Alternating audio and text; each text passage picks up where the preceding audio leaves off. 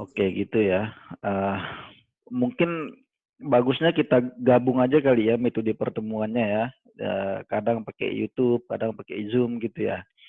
Nah, meskipun sebenarnya setiap dosen itu termasuk saya gitu kan kita wajibkan untuk ini kalau ada kuliah tatap muka dengan menggunakan Zoom ini sinkron itu direkam kemudian diupload di YouTube gitu sehingga nanti kalian juga kalau misalnya butuh untuk menonton lagi itu bisa gitu kan untuk mempelajari lagi lah gitu supaya nggak lupa gitu ya. Nah, oke, terima kasih Lailan. Coba satu lagi siapa nih angkatan 2020 yang ini eh Salwa, coba Salwanya dari mana tadi Salwa? Medan kan ya?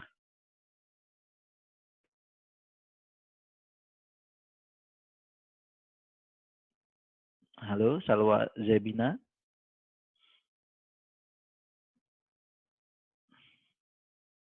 Coba Irfan deh, Irfan yang dari Buak tadi. Pak.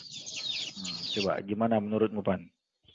Menurut saya apa ya, pemikiran tergantung sinyal sih Pak, kalau menurut saya. Oke. Kan ya enak sih mungkin saya yang dari bawah kan mungkin bisa sih pergi ke TS. Kalau yang dari jauh kan nggak enak tuh Pak. UTS maksudnya supaya dapat internet gratis gitu ya? Ya Pak, biasanya gitu sih Pak. Oh gitu. Oke, jadi mungkin ya gini ya. Jadi pola kuliah kita begini teman-teman yang mengambil mata kuliah sejarah pemikiran ekonomi ini ya. Jadi hari ini saya akan kasih tahu RPS-nya. Di RPS itu lengkap dengan silabusnya kan apa aja materi yang kita bahas setiap pekan. Lalu kemudian nanti kita akan bagi tugas, setiap orang akan mendapatkan tugas, nanti saya akan bagi berdasarkan absen itu. Nah, jadi setiap pekan itu kalian harus mencari informasi, mempelajari tentang materi yang ditugaskan gitu. Ya. Kemudian setiap pekan itu kalian presentasi gitu ya. Kita adakan kuliah, kalian presentasi, kemudian nanti saya tinggal melengkapi penjelasannya saja. Nah, materi dan segala macam itu bisa didapatkan di internet, bisa juga didapatkan dari catatan-catatan kelas kalian juga nggak apa-apa gitu. Jadi kalau ada kelas kalian yang berbaik hati untuk memberikan catatan, tak minta dong materi tentang ini gitu, ya bisa aja gitu. Nah, sekalian mau yang mau PDKT sama kelasnya juga boleh gitu kan dengan cara itu. Nah, jadi setiap pekan itu akan ada presentasi dari satu atau dua orang lah yang kira-kira mewakili. Jadi tugasnya itu individual ya, tugasnya individual tetap dikirim rutin tiap minggu sesuai dengan jadwalnya masing-masing, sesuai dengan jadwal materinya maksudnya ya. Kemudian dipresentasikan sebentar ya, baru kemudian nanti saya dalami. Kira-kira begitu oke ya? Pak. Ya Pak, siap Pak. Pak, jadi kita ini Pak, kita nggak ada kelas offline gitu Pak, tatap muka di kelas gitu Pak, nggak ada? Kita nanti bisa atur, tetapi tetap kayaknya karena ini masih banyak yang ada di Medan, ada yang di NTT dan lain-lain. Jadi kalaupun nanti kita kuliah offline, tetap akan di online kan gitu. Artinya nanti kita atur teknisnya ya, entah pakai Zoom atau Maksud apa saya gitu gini ya. Pak, yang di Sumbawa nggak apa-apa di offline aja, tapi yang materi-materinya itu dikasih kayak biasa Pak, kalau online gitu, kalau yang masih jauh gitu Pak, dikasih di YouTube atau di Zoom gitu Pak. Maksud saya Oke, gitu Pak. bisa makanya. Tapi mungkin tidak setiap pekan ya, karena sebenarnya kita ada batasan juga. Jadi tidak diperbolehkan juga kita untuk terlalu sering pertemuan tatap muka gitu. Jadi kita dilarang oleh kampus gitu karena akan menimbulkan kerumunan dan kampusnya tetap akan dipersalahkan. Nah, tapi sesekali kita bikin nggak apa-apa gitu ya. Bisa saja nanti dalam jumlah yang terbatas. Bisa aja saya undang misalnya untuk offline setiap pekan itu ada 5 orang misalnya gitu ya. Nah kalau cuma 5 orang kan bisa tuh sisanya tetap online gitu. Yang 5 orang ini secara bergantian siapa aja datang gitu ya kalau enggak 5 berapa lah gitu ya. Dengan protokol COVID yang ketat gitu. Nah jadi sepertinya akan begitu. Jadi mungkin yang jatah presentasi pekan itu artinya yang tugasnya tentang itu pada pekan itu yang kita undang untuk bisa datang offline gitu ya. Nah sehingga dia yang nanti presentasi di situ sekalian juga saya jadi memberikan materi bareng-bareng dengan saya lah kira-kira gitu kan. Tapi tetap di online kan juga gitu. Oke sepertinya gitu. Nah, sekarang ini materinya, ini RPS-nya ya, rencana perkuliahan di semester ini untuk mata kuliah Sejarah Pemikiran Ekonomi. Oke, jadi di pertemuan pertama ini materi kita ya, silabus perkuliahan. Yang ini kan saya menyampaikan silabus sebenarnya ini kan. Kontrak kuliah ini seperti tadi itu sebenarnya kita membahas bagaimana teknis kuliahnya nanti, termasuk sebenarnya teknis penilaian nanti bagaimana itu belum kita bahas tadi ya, nanti kita bahas. Kemudian latar belakang pentingnya belajar SPE sebagian sudah saya sebutkan sebenarnya, ruang lingkupnya juga sudah saya sampaikan gitu. Nah jadi bisa dibilang pertemuan pertama ini sudah tuntas kita laksanakan meskipun tadi ada kurang-kurangnya, kontrak kuliah belum lengkap, latar belakang mungkin juga tadi kurang lengkap. Tapi nanti kalau kita ada diskusi saya terbuka gitu ya. Nah, jadi sebagai bagian dari kontrak kuliah itu adalah tentang kehadiran teman-teman. Jadi kehadirannya itu akan diukur dari ya kalau kita Zoom meeting ya saya akan absen langsung seperti tadi. Tapi kalau kita di YouTube itu saya akan absen dari komentarnya di kolom YouTube itu. Jadi kalian harus komen gitu ya di saat jam kuliahnya gitu di ya di video YouTube itu gitu. Ya, jadi kalian tulis namanya di situ dan seterusnya gitu. Oke, gitu ya. Nah, untuk penilaian, jadi penilaiannya ini nanti saya akan ambilkan pertama dari absensi itu 10%. Kemudian dari tugas itu 15%, dari kuis itu juga sekitar 10% kalau kuis biasanya. Nah, itu aja udah 35% kan? Sisanya 65%. 65% ini dapat dari mana? 30%-nya adalah dari UTS dan 35%-nya dari UAS ya, ujian akhir semester. Nah, kenapa begitu? Karena kalau pertemuan tatap muka di kelas itu kita bisa mengevaluasi langsung gitu ya, melakukan observasi langsung tentang seberapa aktif Anda dan sebagainya gitu ya. Tapi kalau di pertemuan online begini kan sulit. Nah, sehingga cara yang kita pakai adalah memperbesar poin dari penilaian ujian akhir semesternya gitu. Oke, begitu kira-kira ya. Nah, Pak, mohon maaf Pak dulu Pak. Yuk, silahkan. Ada teman saya dari satu kelas, ada 2 orang, Nanda sama Nendi. Katanya tadi dia chat saya, kenapa namanya Anda dipanggil? Mungkin nggak ada di absennya Pak, atau gimana Pak? Nanda dan Nendi itu tidak ada nih. Ya, di absennya Pak, mungkin nggak ada namanya. Tidak ada. Ini kan absen ini kan online di Siakat ya. Kalian juga bisa cek sendiri sebenarnya. Jadi kalian bisa cek sendiri di Siakat itu, kalian terdata ngambil mata kuliah apa saja. Kan kalian masing-masing punya akun Siakat. Nah, artinya karena kalian masing-masing punya akun Siakat, bisa dicek sendiri aja. Gitu ya. Ininya. Nih, coba saya share aja ya. Saya share screen ya. Nah, kelihatan nggak? Nah, ini nama-namanya nih. Nah, jadi nama atas nama Nanda Nendi itu nggak ada. Kalau kalian 2020 kan ini di bawah nih. Coba cek KRS-nya. Kalau memang belum terdata di sini, pasti KRS-nya bermasalah itu. Entah belum disetujui atau apa gitu ya. Itu harus coba komunikasi langsung dengan Kaprodi gitu ya, Bu Pit ya. Oke, jadi gitu. Ya Pak, makasih Pak. Nanti saya infokan ke dia. Oke. Nah, kembali ke silabus tadi ya. Jadi pertemuan pertama udah. Nah, pertemuan kedua dan ketiga itu kita akan bicara tentang ini. Merkantilisme dan fisiokrasi. Kelihatan nggak ini?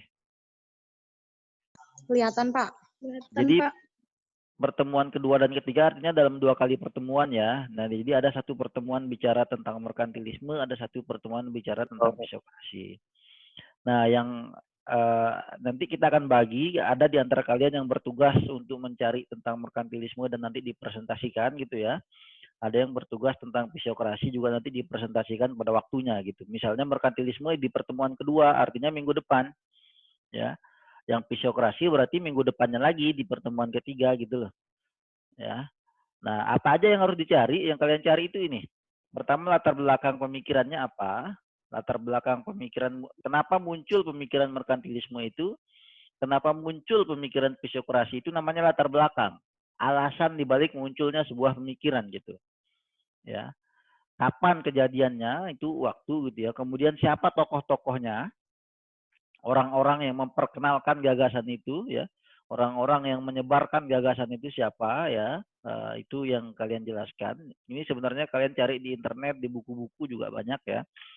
Buku rujukannya ada banyak, salah satunya yang utama saya pakai adalah tulisan atau buku dari Sumitro Joyo Hadikusumo, bapaknya Prabowo Subianto itu ya. Sumitro Joyo Hadikusumo itu beliau memang pakar di sejarah pemikiran ekonomi. Nah, jadi itu ya di semua materi yang kalian cari itu sama. Satu, latar belakang pemikiran, alasan munculnya pemikiran itu. Yang kedua, siapa aja tokoh-tokoh pemikirnya. Yang ketiga, konsep pemikirannya bagaimana. Ya. Bagaimana filsafat ekonominya gitu. Jadi konsep pemikiran itu maksudnya gagasan utama dari pemikiran itu apa gitu loh. Nah, kalau biasanya di situ ada rumus-rumus, ada apa, itu kalian harus kuasai gitu loh. Ya. Nah, dan harus dipresentasikan. Kemudian peristiwa sejarah apa yang diciptakan oleh pemikiran itu. Nah, peristiwa sejarah ini maksudnya seperti yang saya katakan tadi itu ya, apa peristiwa sejarah yang kemudian muncul akibat berkembangnya pemikiran itu gitu. Paham ya sampai di sini ya? Nah, jadi itu kira-kira nanti kita bagi siapa yang mendapat tugas merkantilisme, siapa fisiokrasi dan seterusnya ya. Itu pertemuan kedua dan ketiga. Nah, di pertemuan keempat dan kelima itu kita akan bicara tentang ini apa namanya pemikiran ekonomi klasik. Nah, ini klasik awal lagi nyebutnya gitu ya. Nah, jadi pemikiran ekonomi klasik ini latar belakang munculnya pemikiran ini apa? Alasan munculnya pemikiran itu, tokoh-tokoh pemikirnya siapa ya? Konsep pemikiran dan filsafat ekonominya bagaimana? Peristiwa sejarah yang diciptakan itu bagaimana? Ya, yang klasik awal ini ya yang Adam Smith dan lain-lain itu gitu ya. Nah, ini dibahas dalam dua pertemuan 4 dan pertemuan 5 gitu loh. Nah, kenapa dalam dua pertemuan hanya bicara tentang pemikiran ekonomi klasik? Karena memang materinya agak panjang. Di situ tokoh-tokohnya juga banyak dan memang awal mula berkembangnya pemikiran ekonomi yang kita pelajari sekarang itu adalah dari sini gitu. Dari pemikiran ekonomi klasik ini. Makanya di situ ada tokoh-tokoh seperti Adam Smith, ada David Ricardo, ada Thomas Robert Malthus dan sebagainya. Nah, jadi kalian akan membedah itu gitu. Ya, jadi nanti mungkin kita bagi yang dapat jatah di pertemuan keempat itu akan bicara tentang konsep pemikirannya Adam Smith misalnya dengan Thomas Robert Malthus. Nah, yang kedua pertemuan kelima itu nanti akan bicara tentang pemikirannya David Ricardo misalnya. Karena itu sama panjangnya sebenarnya gitu. Nah, David Ricardo dan lain-lain gitu ya, karena banyak pemikir-pemikir ekonomi klasik selain yang dua nama saya sebut tadi itu, ya. Nanti siapa aja orang-orangnya ya tugas kalian mencari sendiri gitu loh. Nah, penilaian ini akan terhitung sebagai tugas utama kalian yang 15% tadi itu gitu ya. Jadi nanti penilaiannya akan dilihat dari seberapa dalam, seberapa mampu kalian menjawab semua ini, latar belakang, tokoh-tokoh, konsep, dan peristiwanya apa gitu ya. Seberapa dalam kalian mengkaji, menganalisisnya, itu yang akan kita nilai gitu. Nah, kemudian di pertemuan ke-6 dan pertemuan ke-7, itu kita akan bicara tentang konsep pemikiran ekonomi sosialisme historis dan komunisme. Jadi ini dua hal yang berbeda ya, sosialisme historis, kemudian komunisme. Jadi di pertemuan ke-6 itu adalah bicara tentang sosialisme historis, di pertemuan ke-7 itu bicara tentang komunisme. Ya. Nah, kalian mungkin sering mendengar tentang komunis gitu ya, tapi sebenarnya inti gagasan pemikirannya seperti apa sih gitu ya. Nah, ini kita bahas di sini gitu.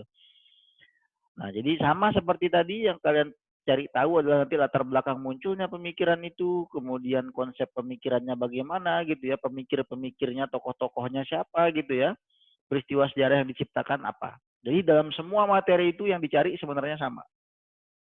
Ya. Nah, baru kemudian di pertemuan ke-8 itu sebenarnya ini ya, ujian tengah semester sebenarnya. Ini maksudnya sebenarnya 9-10 sebenarnya ini. Ya. Oke ya. Nah, jadi pertemuan ke-8 itu nanti sebenarnya apa? Sekali lagi ujian tengah semester ya. Nah, di pertemuan setelah UTS, pertemuan ke-9, 10, 11 gitu ya. Nah, 9 dulu dah. Itu kita akan bicara pemikiran neoklasik nih. Pemikiran neoklasik ini sebenarnya masuk pada pemikiran-pemikiran abad-abad 20 awal gitu ya. Nah, jadi pemikir-pemikir neoklasik itu siapa aja dan segala macam. Nah, memang neoklasik ini juga ada dua ya, ada yang di abad 20, ada yang di abad 19. Nah, siapa aja pemikir-pemikirnya nanti kalian, nah, jadi kita bagi dua juga, yang pertemuan ke-8 atau pertemuan ke-9, pokoknya setelah UTS saja ya.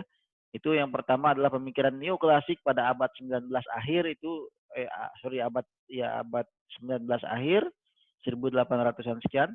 Kemudian ada di sini mazhab Austria dan seterusnya gitu. Yang ke-9 adalah apa namanya yang teori neoklasik yang di awal abad 20 yaitu yang diprakarsai oleh John Maynard Keynes ini gitu ya. Nah, jadi kira-kira itu. Kemudian di pertemuan berikutnya, kalau ini tadi 9-10, maka berarti 11-12 lah ya. Itu kita bicara tentang konsep-konsep ekonomi pasca Perang Dunia Kedua. Pasca Perang Dunia Kedua itu berarti di atas tahun 1945. Ya. Nah, jadi di situ misalnya ada tentang konsep pemikiran ekonomi pembangunan berkelanjutan ya. Kemudian ada ekonomi Islam. Jadi kita bagi dua juga, ekonomi pembangunan berkelanjutan dan ekonomi Islam. Nah, semua sama pembahasannya, latar belakangnya apa, tokoh-tokoh pemikirnya siapa, konsep pemikirannya bagaimana, dan sejarah yang diciptakan apa. Gitu ya. Nah, kemudian di pertemuan berikutnya kita akan bicara tentang apa? Nah, ini nggak usah lah. Ini nggak usah, kita langsung lompat ke sini ya. Ya. Filsafat ekonomi dalam Undang-Undang Dasar 1945.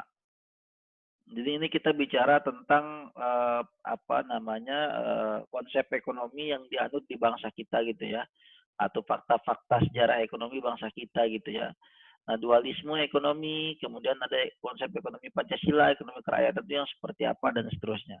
Itu nanti di pertemuan terakhir baru kemudian ujian akhir semester ya. Jadi kalau dilihat di sini sebelum UTS itu materinya ada berapa jadinya nih? Ini 2. Kemudian di sini ada 2 juga, 4. Ya, berarti ada 6 materi sebelum ujian tengah semester. Kemudian ada 2, 4, ya ada 5 materi. Ada 5 materi pasca ujian tengah semester ya. Jadi total ada 11 materi sebenarnya gitu loh maksud saya. Ya, jadi ada 6 sebelum UTS, ada 5 setelah UTS. Nah, sekarang kita bagi nih tugasnya ya. Sekarang kita bagi tugasnya. Konsepnya gimana nih? Saya tentukan sendiri atau kalian maunya gimana coba? Kalau saya tentukan sendiri, saya berdasarkan absen nih. Cuma masalahnya kalau berdasarkan absen ini kayaknya nggak nyampur antara angkatan 20 dan 19. Padahal saya pengennya nyampur kalau bisa. Kita aja Pak yang nentuin Pak. Kalian yang nentuin sendiri. Nah, bagaimana caranya untuk memastikan? Aja yang nentuin, nanti biasanya ada yang nggak adil atau apa, ada yang protes Nah, biasanya. itu kan nggak boleh gitu. Itu pemikiran kamu tuh masih primitif, Cyrus. Nah, yang penting bagaimana memastikan sebenarnya bahwa setiap orang itu semua materi ini tercover gitu ya. Jangan sampai nanti kalau kita serahkan ke kalian misalnya, kemudian semuanya numpuk di materi ini aja misalnya gitu ya, sehingga materi yang lain tidak tercover gitu kan. Nah, jadi perlu itu gitu. Lebih bagusnya itu Pak, Bapak yang nentuin aja. Iya bener Pak, Bapak aja yang nentuin. Tapi jangan sesuaikan dengan absen. Diacak aja biar rata. Ya dicampur aja yang angkatan 19 sama 20 Pak. Siap, primitif ya. Sebentar, saya cek. Angkatan 2018 ini cuma Agus saja ya? Saya Pak. Oh, yang SPE. Iya Pak, Agus saja Pak. Oke, ini ada total 38 orang, kemudian ada 11 materi, berarti satu materi ada berapa orang tuh? Coba, 38 bagi 11. 3 sampai 4 orang ya?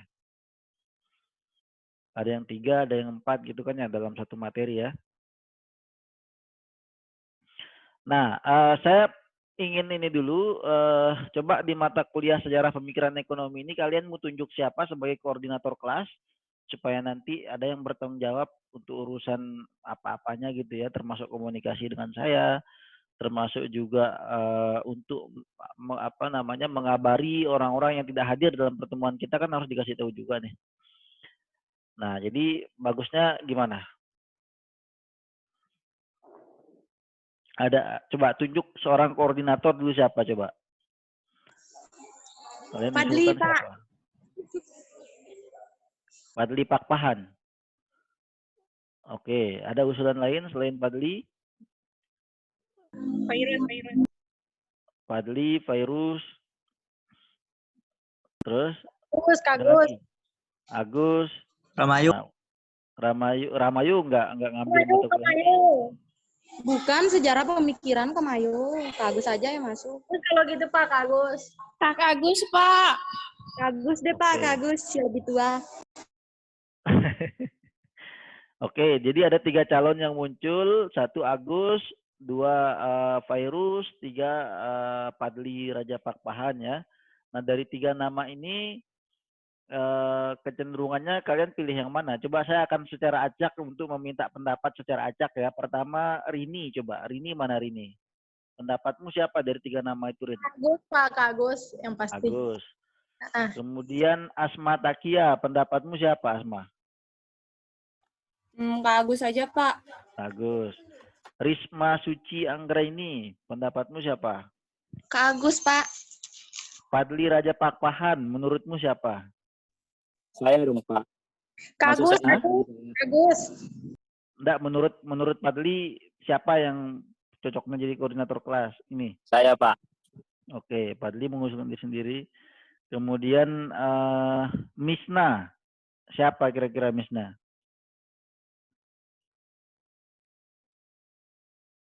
Mana Misna ini?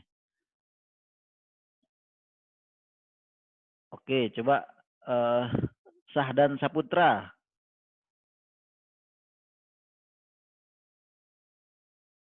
Enggak ada. Sulastri Sartika Sari. Kak Agus, Pak. Agus. Irfan Saputra.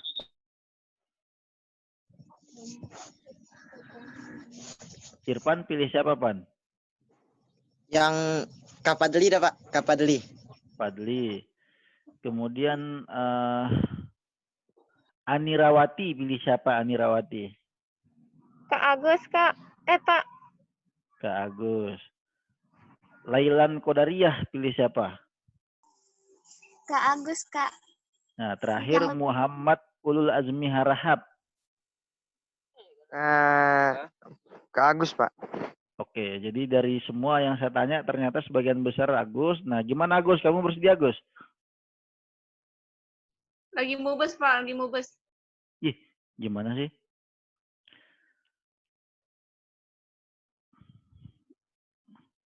Kak Agusnya Agus? lagi mubes. Oh gitu. Berarti kita nggak bisa mengkonfirmasi dia bersedia atau tidak gitu ya? Izin ngomong Pak, boleh? Fadli dijadikan wakil, Pak. Ngomong Pak. Boleh, siapa tadi yang mau ngomong itu? Amdan, silahkan Amdan. Saya setujunya Fadli Pak. Karena gimana ya, kalau Kak Agus itu mungkin kebanyakan kegiatan dia Pak. Untuk Oke. organisasi dia. Mohon maaf nih Pak ya. Saya juga sebenarnya ikut MUBES, cuman saya utamain mata kuliah saya ya. Saya juga ikut BEM, saya tinggalin MUBES demi mata kuliah saya. Terima kasih. Oke, ya apa namanya? Oke, jadi sebenarnya dari semua nama semua yang saya tanya tadi, sebagian besar memilih Agus sebenarnya ya, tapi karena kita sulit untuk mengkonfirmasi Agus dan tidak standby, nah berarti saya ya jatuhnya ke pilihan kedua siapa? Fadli ya. Jadi Fadli menjadi koordinator kelas SPE ya. Nah, jadi semua Fadli sebagai koordinator kelas sudah tahu lah tugasnya apa gitu ya, termasuk komunikasi dengan saya, termasuk mengingatkan saya dan segala macam kalau ini gitu. Ya. Assalamualaikum Pak, izin masuk Pak. Siapa yang izin masuk itu? Mahasiswa MK Metopen Pak. Udah Oh malam, iya. Pak. Astagfirullah. Oh, Oke. sorry, Pin, Pak. Sabar, Pin. Dunia memang kadang kejam, Pin. Kayak itu, Pak. Oke, nah sekarang begini, tugas pertama dari Padli sebagai koordinator kelas adalah bantu saya untuk membagi ini gitu ya, membagi penugasan ini. Nanti saya akan share RPS ini ke grup ya, kemudian juga absensi hari ini akan saya share ke grup juga absensi hari ini. Nah, sehingga nanti si Padli tolong bantu saya untuk memetakan per materi itu 3 sampai 4 orang ya Padli ya. Nanti di-share di grup aja dan pastikan semua materi tercover begitu. Oke, Padli ya. Jadi Pak maksudnya untuk satu materi itu 4 orang gitu Pak? 3 sampai 4 orang. Karena ini kan jumlahnya gitu, ada 38 orang, sedangkan materi ada 11 kan. Jadi itu harus yang 11 materi itu harus selesai gitu Pak? Harus tercover, iya. Oh, harus ada yang tercover. bertugas. Jadi untuk presentasinya itu nggak harus 1 minggu gitu Pak? Presentasinya itu di setiap jadwal sesuai jadwal ini, sesuai urutan silabus ini. Oh, berarti yang itu yang dapat materi terakhir enak dong gitu Pak ya? Iya betul. Yang dapat ya sebenarnya ada enak enggaknya, yang dapat cepat kan berarti setelahnya aman gitu kan. Oh iya Pak, aman Pak. Dan seterusnya. Jadi itu memang ada plus minusnya, makanya silahkan aja diatur gimana gitu ya. Oke, jadi saya kasih kewenangan kepada Padli sebagai koordinator kelas untuk mengatur itu, tapi nanti di-share di grup aja. Nanti kalian kalau memang protes gitu ya, maksudnya dengan apa yang dibagi oleh Padli ya nggak apa-apa, sampaikan di kelas di grup chat aja gitu ya, supaya fair semua gitu ya. Siap Pak, siap. Pak boleh nanya? Boleh, siapa tuh? Virus. Nah, silahkan Virus. Kan kata Pak tadi kalau untuk sistem presentasinya itu kadang-kadang online, kadang-kadang offline nih. Terus kalau misalnya kita presentasi, boleh nggak bawa catatan kecil atau misalnya rangkuman dari materi yang kita cari? Boleh nggak Pak? Atau kenapa nggak boleh? Rangkumannya mau kecil, mau besar, mau sedang, terserah. Itu silahkan. Yang pasti begini ya, saya ingin melatih mahasiswa ini supaya membedakan antara membaca materi dengan presentasi gitu ya. Nah, jadi mahasiswa itu sering ketika disuruh presentasi dia baca gitu. Artinya kan kalau baca aja ngapain presentasi? Gue juga bisa baca sendiri gitu kan. Nah, jadi caranya itu adalah kalian pahami materinya, kalian kuasai materinya, baru kemudian kalian presentasikan gitu, sampaikan di forum. Ini kalian sambil latihan public speaking juga. Siap.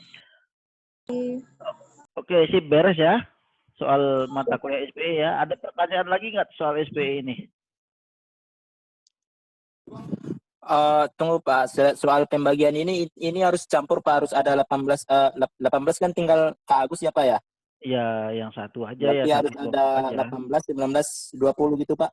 Ya, sebisa mungkin dibuat campur. Sebenarnya tujuannya adalah supaya yang angkatan 2020 juga bisa ada teman diskusi gitu ya. Sip, aman Pak. Yang yang angkatan 19 juga bisa kenal adik-adiknya ya, saling bantulah gitu dalam proses ini. Aman Pak. Oke, sip begitu ya. Iya Pak, iya Pak. Ada lagi yang mau ditanyakan atau disampaikan di mata kuliah SPE? Karena ini yang ngambil mata kuliah Metopen ngamuk-ngamuk. Silahkan Hamdan.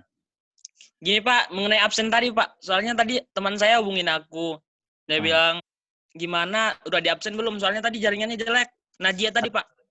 Siapa? Najia? Ya. Saya cek dulu ya, Najia di sini terhitung hadir apa enggak? Najia di sini terhitung hadir. Saya juga Pak. Ini Firman Pak. Hah? Firman Pak tadi kelewatan. Firman di sini terhitung apa? Ya, Pak. Firman angkatan berapa? 19 Pak. Oh iya, di sini sudah saya hitung alfa. Gimana dong? Oke. Tadi jelek jaringan Pak, jadi nggak bisa ngomong. Saya juga Pak. Maaf ya Pak. Siapa? Saya ini siapa? Muhammad Ulul Azmi Pak. Ulul Azmi. Oke, sebentar ya, saya coba.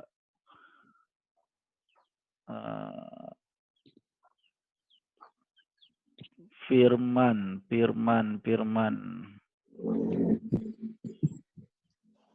hadir, Muhammad Ulul Azmi itu yang terakhir ya. Oke, ada lagi? Tidien, Pak, dia nggak masuk ke grup, jadi dia nggak tahu kalau ada Zoom hari ini. katanya. Nah, Panilia, coba kamu bertugas kasih tahu Tidien. Kamu sering cetak nggak sama Tidien? Ya, Pak. Ayo. Maksud saya coba dikasih tahu ya supaya dia masuk grup gitu. Iya, Pak. Di invite link atau gimana gitu ya. Dan kasih tahu juga nanti tapi ini kalau saya upload di YouTube juga dia tidak akan bisa baca, tidak akan ngerti ya. Ya nggak apa-apa lah. Jadi nanti karena ada Tidien di kelas ini teman-teman yang SPE, jadi nanti kelasnya akan campur pakai bahasa Indonesia dan bahasa Inggris. Ya, jadi kalian harus menyesuaikan aja gitu ya. Jadi nyampurnya itu artinya saya tidak akan dua bahasa, maksudnya itu saya tidak akan mengulangi materi yang sama dengan dua bahasa yang berbeda gitu loh. Jadi materinya akan dilanjutkan tapi dengan bahasa yang berbeda-beda gitu. Jadi kalian menyesuaikan aja. Oke, begitu ya. Iya, Pak. Iya, Nah, Pak. tidak ada lagi ya yang SPE ya. Nggak ada, Pak. Aman. Aman ya. Nah, kalau sudah aman ya saya kira cukup untuk mata kuliah SPE. Selanjutnya saya ingin kuliah mata kuliah metode penelitian. Jadi yang ambil mata kuliah SPE kalau mau meeting silahkan. Kalau mau mengetahui mata kuliah Metopen juga silahkan.